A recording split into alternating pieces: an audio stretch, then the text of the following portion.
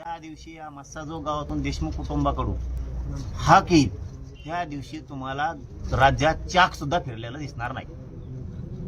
पाटील साहेब, तुम्ही म्हणताय की सुटणार नाही, ते व्हिडिओ वगैरे, पण ज्या प्रकारे तपास सुरू आहे ते बघता तुम्हाला असं वाटतंय की योग्य प्रकारे तपास सुरू आहे, किंवा मग त्याचा वेग योग्य असं वाटतंय तुम्हाला? आधी वाटत होतं ज्यावेळेस कुटुंबाला देवेंद्र फडणवीस साहेबांनी शब्द दिलता की मी यांना सगळ्याला फासाला लटकवलेला तुम्हाला दाखवी. हे कुटुंबाला शब्द आहेत, बरोबर आहेत ना?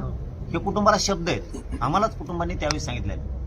आम्ही त्याच वेळेस भाषणे केले, तुमचा रेकॉर्ड सुद्धा आहे की आम्ही फडणवीस साहेबांच्या शब्दावर विश्वास ठेवून पुढची आंदोलनं थांबवतो.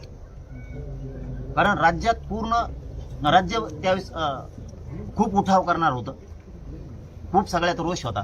फडणवीस साहेबांच्या एका शब्दावरती सगळे लोक शांत बसले होते की होईल.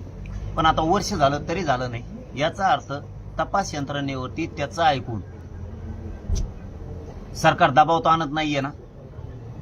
कारण आणखी तो आरोपी फरार आहे.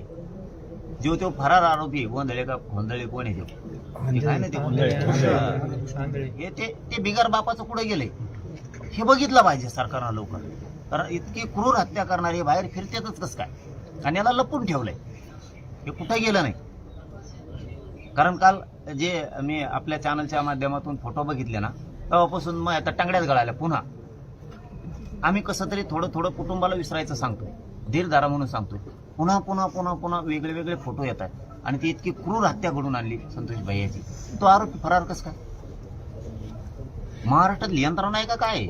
तुम्हाला एक इतकी क्रूर हत्या करणारा सापडत नाही म्हणजे तुमच्यासाठी आणखीन परळीवालाच महत्वाचा आहे का? आरोपी महत्वाचा नाही आहे का सरकारचा? कारण तो जर धरला ना, याच्यात तो पण येतोय, कारण त्याला सुद्धा फोन लावले ते, तो पण येतोय. आणि त्यांनी त्या दिवशी व्हिडिओ कॉल केलेला आहे मारतानीचा, खूप कॉल झालेले त्यांचे. तो पकडला का आणखीन खूप मोठा उडगडा या घटनेतला होणार.